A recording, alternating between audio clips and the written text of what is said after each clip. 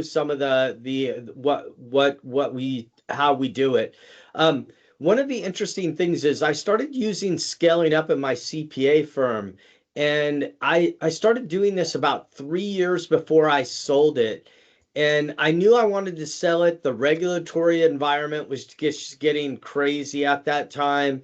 And I just really didn't know what to do because my business had really stalled out. And what I mean by stalled out, it wasn't shrinking or anything like that, but it wasn't growing either. And I needed to figure out what was stopping it from growth. And I started using scaling up, and it tripled my valuation in 3 years, which was just almost unbelievable to me. And I had been doing valuation work at about 10 years at that point, and I had never seen something increase valuation that quickly as just following a system for growth. So scaling up is 4 decisions that you have to make about your company. Who are the right people? What is the strategy I need to follow? How do I execute on that strategy? And then how do I get cash into my company?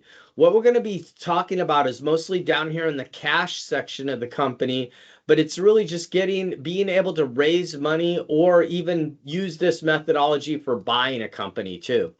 So scaling up, this is the first book that came out for scaling up. This is Mastering the Rockefeller Habits. This came out in 2001, and this is the book I actually used. Back when I used it, coaches weren't very common, and you just had to read the book and apply as much of it as you could. I probably applied about 20%, and as I told you, I tripled my valuation, which was pretty amazing to me.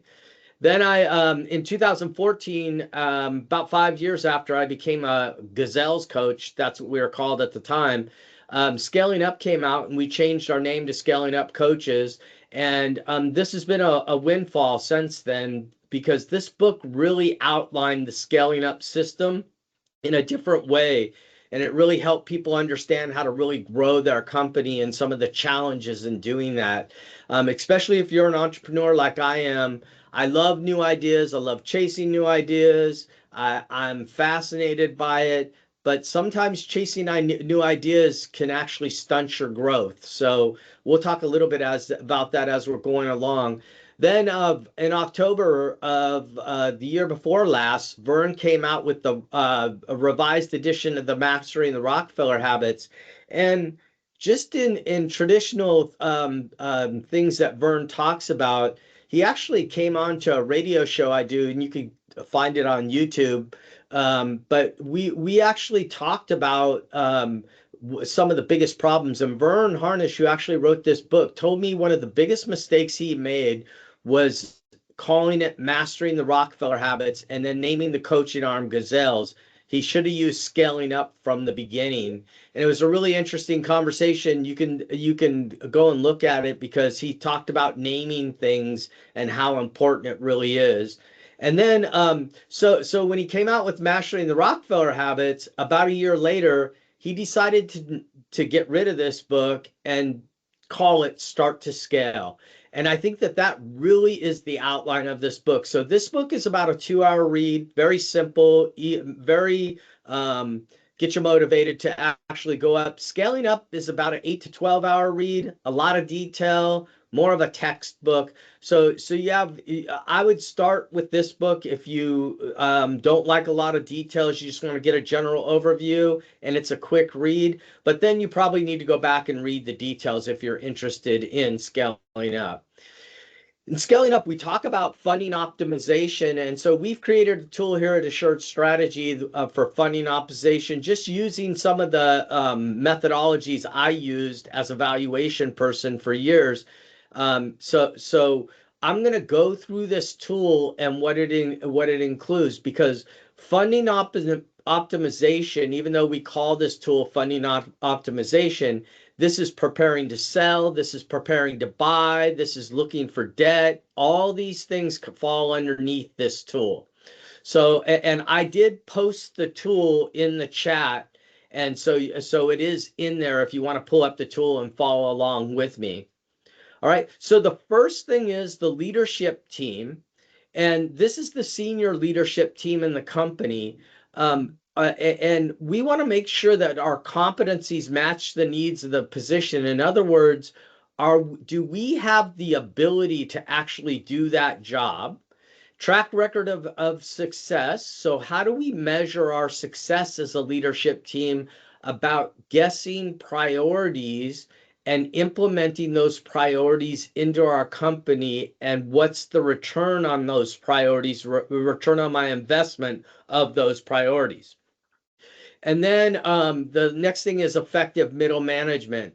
I think that as companies start to scale, one of the biggest problems I've seen over the 15 years I've been a scaling up coach and the 15 years I was a CPA before that, I think that scaling companies lack middle managers, middle leaders that really can effectively execute what they want done. And so those are the three things that you need to make sure are in line with your leadership team. And so to give you some ideas of what we do is we use a job scorecard to get clarity on competencies. What is this position measuring, right?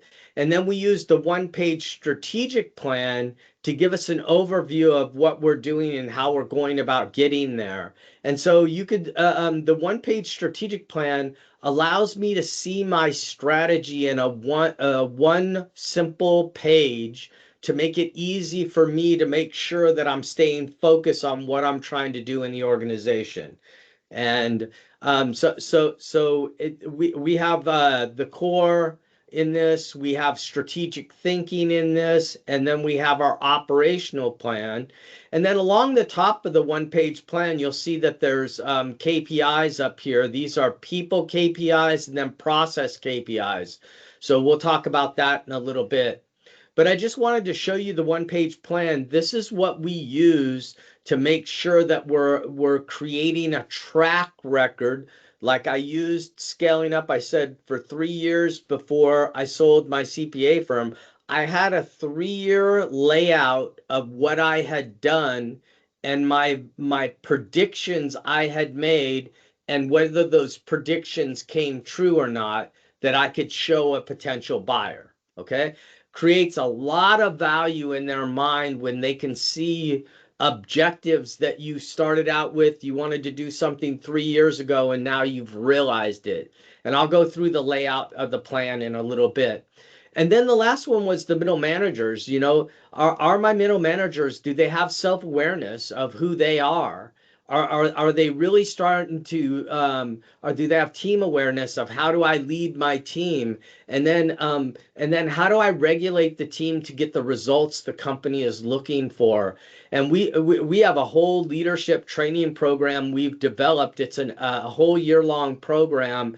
And we go into companies and put this in, and we do this with middle leaders because we find that the middle leadership in most scaling companies is very lacking. And I'm sure some of you are even on this call, you may even be one of those middle leaders. Ask yourself if you've ever been formally trained how to be a leader. And so how are you going to get the results? The next item on the funding optimization checklist is my corporate documents. Are they in order? Do I have the corporate charter? Do I know where it's at? Do I have all the officer and member partner lists that I've filed over the years? It's really important to have these things all together so they could see it. And then an up-to-date operating agreement. And we really emphasize this up-to-date operating agreement because what we see is we see a lot of out-of-date operating agreements out there when we start talking to people about this. And getting your operating agreement up to or changed is not a real simple, quick thing, especially if you have other shareholders involved, because you really have to get this ratified and approved by all the shareholders. And so it takes a little bit of time to get these things done. And it could take you a year to get this done and to get all these together if you don't have them all in one place. So we just say, hey, make sure all your corporate documents are in place. These are the basic documents. There's more, but these, if you had at least these three together, you'd be doing a lot better than most people. All right. So then financial documents, and it's really interesting to me because over the years, as I've talked to business leaders and I ask them for financial statements, what do you, they usually will give me two things. They'll give me the balance sheet and they'll give me the income statement. And financial statements in accounting terms means the balance sheet, income statement, and the cash flow statement, not just the balance sheet and income statement. And so, and then we want 3 years worth that are in good shape. And if you have them reviewed or audited, that's probably even better. But I wouldn't say that's necessary for most companies out there. So don't think that I'm recommending you go get a review or audit. But if you are serious about selling your business in 3 years, you may want to get a review done. It costs you a little bit of money, but then it validates your numbers where the due diligence may not be as involved if you don't have a reviewed or audited financial statement. And then all your debt and equity agreements in effect are in one place. I can tell you I've done so many deals where we're waiting on the debt agreement for a piece of debt, and it just slows the process down tremendously. You know, you're trying to get these things done as quickly as you can, and it just delays everything. Then then the ratios measuring results for the last 3 years. So let's get into this a little bit. Like I said, when you do financial statements, you want the balance sheet, the income statement, and the cash flow statement. Okay, and I just did these as examples just to give you a rough example. And we always use really small numbers when we teach this stuff because it's easier for people to understand it when we're teaching financial statements. We just use smaller numbers. And then KPIs. So this was the last one of the three. How do we measure the KPIs? This is the KPIs that are atop of that one-page plan. It's people KPIs and process KPIs. And then there's leading KPIs and there's lagging KPIs. So you want to make sure that you have a couple of leading and then a lagging. And how I usually explain this to people is, oh, sorry, I got my phone ringing here, but how I usually explain this to people is a leading indicator is the activity that gets you the result. A lagging indicator is the result. And you can see these little examples up here. And what we want to do is we want to get these ratios and we want to be tracking them. And when we use this in the one-page strategic plan, these ratios directly tie to our strategy and what we're trying to accomplish. So they have a lot of relevance of measuring our success. And one other thing I like to say about KPIs that people don't often think about is KPIs do not answer questions. I see so many decisions made from looking at KPIs, and I try to refrain to try to stop leaders from making decision from KPIs because KPIs should not create data to make a decision from. KPIs should be the data you're using to go out and start asking questions from. So KPIs create questions. They don't create answers to questions. So I just want to make sure that we think about that the right way.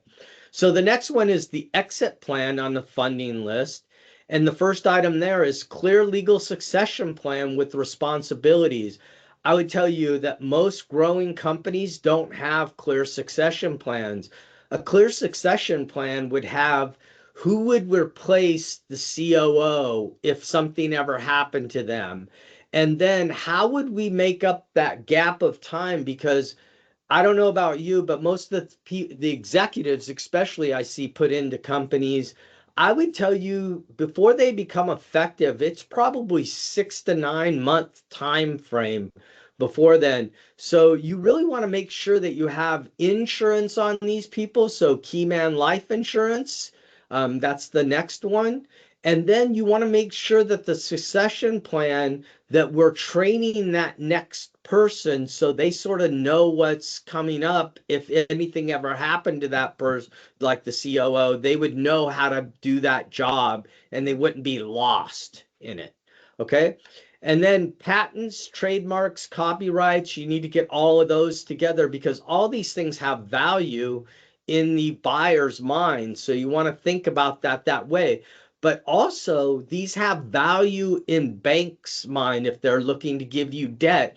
So you give them this information, it helps them validate that you're somebody that's really investing in their company, and you have trademarks and patents on certain things and copyrights on things. So it gives that value that the bank is even looking for on debt side too.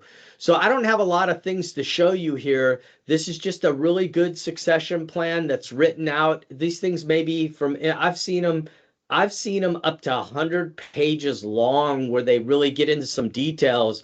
And then I've seen them short too, 20 pages long, but I've seen them even 5 pages long. So start off with 5 pages and then you can add as you're going along and as you evolve these things. So don't let my 100 pages scare you off. Then you want to look at your strategy for the business. And this is where I think a lot of companies lose a lot of value is I want to make sure I have core values that are guiding the company behavior. I want to make sure that we have clarity of why the company exists through its purpose. And then I want to have a BHAG that's creating the clarity of a vision for the company. And so when we teach this, we talk about core values. And core values are a handful of rules that remain constant over time. And how I usually say this to leaders inside of a company, I usually will ask them, hey, do you have any kids in your household? And they'll say yes. And I'll say, hey, do you have rules for your house? And everybody always laughs and goes, of course we do. We couldn't run our house without rules. And so why do we not have rules in business like core values? These are behavior rules. How do we act and behave in this company to do a great job? And the great thing about scaling up, it gives you a format to follow with this. And we say that there are a handful of rules that remain constant. And then we have 3 tests that go with our core values. Would we fire an offender? Would we take a financial hit?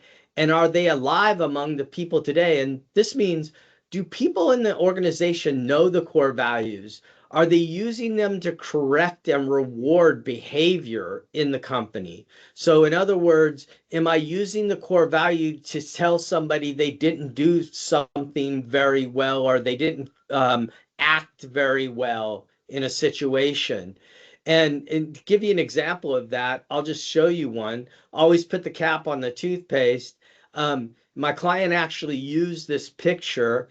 And when you're looking at this slide, what's the behavior you want?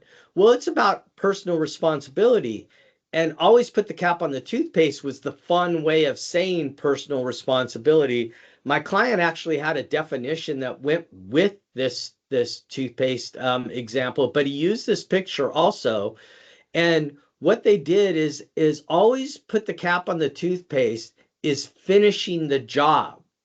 So personal responsibility. If in your business, sometimes you feel like things are getting 90% done, and then we quit working on it because somebody says it's done. Bad language saying it's done. We're just waiting on 2 things. It's not done if you're waiting on 2 things. So our language needs to be a little bit better. But core values is what we're really talking about right here. These are the behaviors in the company. And then you want to figure out why you're here doing what you're doing every day. A lot of entrepreneurs, when I ask them this question, they'll start off by saying that they are here to make money. And I share with them that the first 2 years you own this business, you made no money. And matter of fact, you probably went negative in the money. So money really wasn't your purpose. You have to have passion for what you're doing, or else people aren't even going to pay you money. And so what is your purpose? Why does your company exist? And of course, I think the best way to do this is to watch the Start With Why video that Simon Sinek did in 2009. And you can find it on YouTube. I've been using that. So I think the first time I used it, it had like 1,700 hits on it. And now it probably has millions and millions, probably 170 million hits. So it's a great video to watch. And I always, just a side note, I always like to get salespeople to watch it because salespeople often sell the what in our company, what we're doing instead of why we do it. And the why really connects to the buyer. The last one was the BHAG. A BHAG is your vision for your company if you think about it that way. And this is Jim Collins, who created the BHAG in the Good to Great book. He says it needs to be 10 to 25 years out. It needs to challenge you to greatness, and it needs to reinforce your business fundamentals. And the last thing is it should scare the hell out of you when you set it. Conceptually, you have no way of understanding even how to get to that point in the way that you're operating today. Okay. And so BHAGs are very impactful. I see a lot of language out there like just guess at a BHAG. I'm fine with just guessing at a BHAG at first, but your BHAG needs to have these elements in it. So if you're guessing at a BHAG, I would guess at it, and then I would try to find these elements and tweak the BHAG as necessary. Okay. So core values, purpose, BHAG, we know these things. They're embedded into our company and working. I will tell you, when I'm working with companies and helping them get it scaling up it takes about a year for these three things to start to really gel inside of the company. So even after discovery phase, you're looking at a 3-year time frame to really get this into your company and really work. I said 3 years, I meant 2-year time frame, because it usually takes about a year to get them down perfectly, and then it probably takes a year to get them to really work inside of the company. And if you remember those 3 rules, the third one was alive among the people today in the core values. You want your core values, your purpose, and your BHAG alive in your organization. Okay. And it that really pushes the value up, because it gives a lot of clarity to the everyone in the company of what the company is doing. All right, then let's get into the business model. And this is really interesting. I'll share some things about business models. Business models are probably the thing that's ignored the most in companies, but it's intuitively known. So everyone knows the business model, but no one really knows the business model because we've never really done some things we need to do. So we need to create a compelling value proposition, okay? And we want our proposition to focus on uniqueness, because if we focus on being the best, what we end up competing on is price in the end. Everyone will say they're the best because everybody's copying the same language. And then what we're just really negotiating on who's best at what price, okay? So uniqueness usually produces larger value. Not always, but it does usually, okay? So clearly identified customer segments that you're getting into, and I'll talk about that in a few seconds, and then a flow chart of your delivery model. And this is the part I was talking about at the beginning, where when I talked about business models, I think people intuitively know the business model, but we don't have it flow charted out. And as you add more and more people to your team, what ends up happening is the flow, the the charting of the business model allows you to see redundancies that have been put in. And so you want to flow chart your model, and then also you want to flow chart your model because you want to understand, if I tweak something over here, how is it going to affect something over here? Okay. And let's just get into these a little bit deeper, and let's start off with the value proposition. Michael Porter, he was the first professor that created the Entrepreneur School at Harvard. And why I bring him up is because he wrote a really important article I think every business leader should read. and it's called What is Strategy? Now, I just had a client read this article, a newer client read this article, and this was the comments that people came back with. Man, this is 13 pages long and it took me 2 hours to read. And these people, the people I'm talking about, they're very intelligent. So it's not that this is that they are not smart. It's that this article contains a tremendous amount of thought-provoking information about you and how you're approaching your strategy in your business. And Michael Porter really defines strategy inside of that article. So I strongly recommend you read it. But I'll give you the overview. He says that we have to have a unique and valuable position in the market. That was the first bullet point on there. What is creating our uniqueness? We know these things, we call them differentiators. People talk about differentiators often. I hear people talk about differentiators. Yeah, I have a differentiator and it's really going to set me apart. If you have one differentiator and you don't have any competencies supporting that differentiator, the differentiator probably has a very short shelf life. What I mean by that is that your competitors will copy your differentiator if they can understand how to execute on that differentiator. And so oftentimes the uniqueness comes in the way that we're executing these things. Then trade-offs. Trade-offs, what are you intentionally not going to do for your customer, even though they may want it? Very hard for entrepreneurs to think about. And I'll give you just a really quick one to help you understand this. Southwest Airline meals. Okay. Their first core customer was the business person who wanted to be home for dinner. Well, if it's the business person who wants to be home for dinner, they don't need a meal. They may want a meal, but they don't need it. And so they took it away so they could give them low fares. So what is the value your customers really looking for? Well, in Southwest's case, it was they were looking more for cheaper flights than they were for meals. So that was a trade-off for them. And then how do I create fit? And this is my business model, but it's the activities that go into the model. And this is a little too complex to talk about right now. And then in the article, he talks about how strategy is not operational effectiveness. And I'll just share with you that when I first read this article, I was sitting there going, oh man, I'm having a hard time believing this.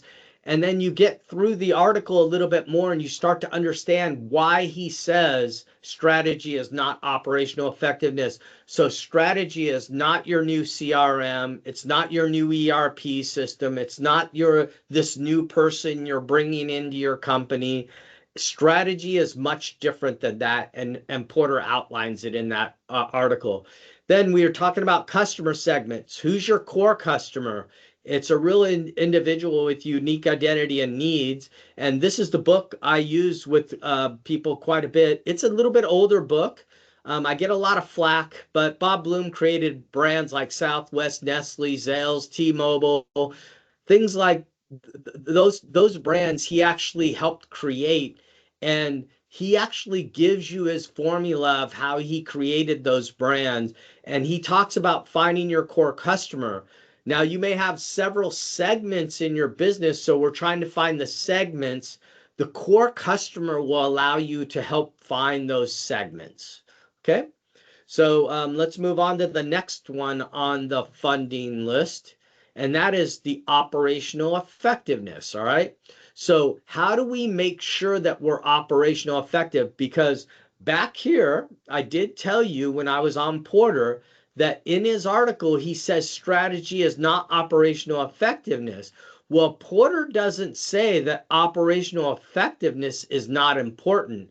Matter of fact, Porter says in the article that you should obsess over it once you figure out your strategy. Okay, so just obsessing over operational effectiveness without a clear and compelling strategy could be leading you to the land of nowhere. Okay, and I've seen this happen quite a few times when people come and talk to me and they're looking at engaging. I'll talk to them and they go, yeah, we're really disciplined. We have really good operating systems, but we just can't get it going. They're missing a strategy. That's what they're missing oftentimes. So let's talk about operational effectiveness. Clear goals the company is realizing for the month, the quarter, the year. Okay. So what are my goals for the company? And then what are the financial projections? And how do we actually use them with growth to grow with logic? I am a CPA. I've been a CPA for over 30 years. And I will tell you, one of the most comical things I see is projections that increase everything by 10% or 20% or whatever it is, like an entrepreneurial goal. Yep, I want to do 20% this year. And there's no logic to the data of what's going on in their market to really prove the projections. And so if you have a really good accounting person, sometimes they don't know how to do the finance side. So they understand the accounting side, but they might not understand the finance side of it. And in the finance side of it, we would want to know how many customers can we potentially bring into our company? Do we have the resources to actually service 20% more? So there's a lot of things you have to think about when you're doing projections for the year. And then the last one is KPIs, measuring the accountability, which we did talk about already. And I just want to, it is that important where I'm bringing it up. And this coming back to this one-page strategic plan. So here's our BHAG once we figure it out. Once I have the BHAG, I ask myself, what do I need to get into my company in the next 3 years to get to this BHAG, right? And in scaling up, we call these thrust, 3-year thrust. So these are thrusts, and these don't necessarily have to be SMART goals. They just have to be ideas like, I want to get a leadership training program that makes people effective. I want to get a training program for all new employees that makes them effective within the first 3 months of working here. As you know, that it probably takes about 3 to 6 months to get employees to become effective, and maybe you're at 9 months, and that would be a good 3-year strategic outcome. I want to do that over 3 years. I would have to develop a training program. I'd have to implement a training program. I'd have to get feedback on it. And then I have to sort of monitor the results of the program. So it may take me 3 years to actually get that done because at each of those stages, I got to collect data, a little bit of data as I'm going along. So in this example, then what I would do is then once I know the 3-year item, I ask myself, what needs to be done this year? And then what needs to be done this quarter? So this is a waterfall system. There's waterfall and agile. And we'll use agile inside of this. I have a lot of clients tell me, how do I know what I'm going to be in need in 3 years? Well, we're making our best as educated guess with data, intuitively knowing the market, talking to customers, all these things we're doing. So we sort of know what we want to do. But if we end up being wrong as we're starting to work on it, the actual work is being done down here in the 90-day plan. If we realize that this is wrong, we don't leave it that way. We use agile and we go back and fix it and create the actual outcome we're looking for. So what we say in scaling up is it is a waterfall method, but we use agile inside each step of the waterfall to make sure that we're spending our time and effort on the right initiatives, not the initiatives we wrote a year ago that we are trying to torture ourselves and accomplish when it's wrong. Okay. And then if you look at this, then as I get my quarterly, what am I personally responsible for? And then when we talked about the projections and just making sure that you have projections that on a balance sheet projection, an income statement projection, and most importantly, a cash flow statement projection. This is often left off in the projection world. You really need to know where your cash is going to be because profit is not cash and cash can get burned up quickly. So you want to make sure you're staying on top of that as you're going along, okay? So funding optimization. back to this sheet. So I don't know if anybody has any questions or anything, and I did leave a little bit of time for questions. So does anybody have any questions? If not, I'll wrap this up. All right. So let me just ask you a couple questions. How much of this did you already know? How much of this did you already know? And then how much of what we just went through today are you actually doing? And so if you want to prepare your company for sale, I would tell you, as a valuation guy for years, one of the best way to do that is use a system like scaling up to really help you get your company planned out. And when you're executing on that plan, that creates value. When you're creating value, people want to fund to you and they want to give you money because that value will grow for them also, just like a stock. Like if you think about it from the stock market, that could be the same thing. Debt providers, when banks are looking at this, they're looking at your leadership team. You don't think they are, but they are. When you meet with them, do you get them to documents quickly after the meeting? How long does it take? I've seen people drag banks out 2 or 3 months, and then the bank turns them down and they're mad at the bank. Well, it took you 2 months to get them the data. You made them nervous. Your leadership team may not be able to produce really good data. That's what you're actually saying to them. So you want to be real careful with this.